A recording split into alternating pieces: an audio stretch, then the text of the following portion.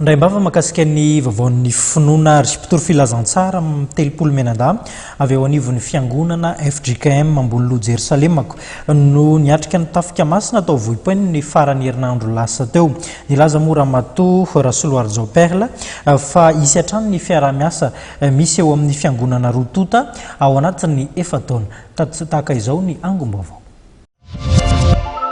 Nanatanteraka asa fitoriana filazan-tsara tany amin'ny faritra Vohipeno ny fiangonana Fjkm Amboniloha Jerosalemako ka mpitory miisa telopolo mianadahy izay notarihan'ny filohan'ny asa fitoriana Liva Efraim tao amin'ity fiangonana no nanatanteraka izany.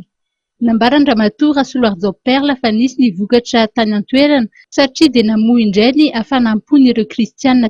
Nanao ny tafika masina tokoa ny Fjkm Amboniloha Jerosalemako tany Vohipeno.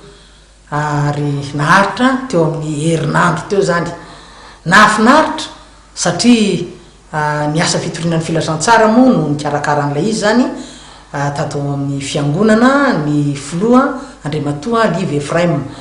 Betsaka no niverina zay efa niala tamin'ny fiangonana, efa niala tsy mivavaka intsony mihitsy, mijanona fotsiny zao no ny antony maro samihafa fa rehefa nivangina zany nampafantarina azy indray, naverina indray fa Jesosy ange ka tsy mandao azy dia niverina reny olona reny. Tao amin'ny ny Fjkm moa no naniraka anay, tao amin'ny Fjkm no nandefasana ny olona. Nambarany ihany koa fa isy ny fiara-miasa mandritry ny efataona eo amin'ny fiangonana roa.